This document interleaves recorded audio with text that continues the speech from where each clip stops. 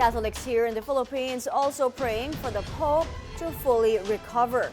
Francis visited the country back in 2015 and held a mass attended by millions of devotees.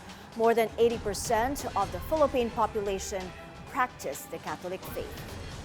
Kailangan talaga natin ng isang leader sa simbahan na kagaya ni Pope Francis sa panahon ngayon.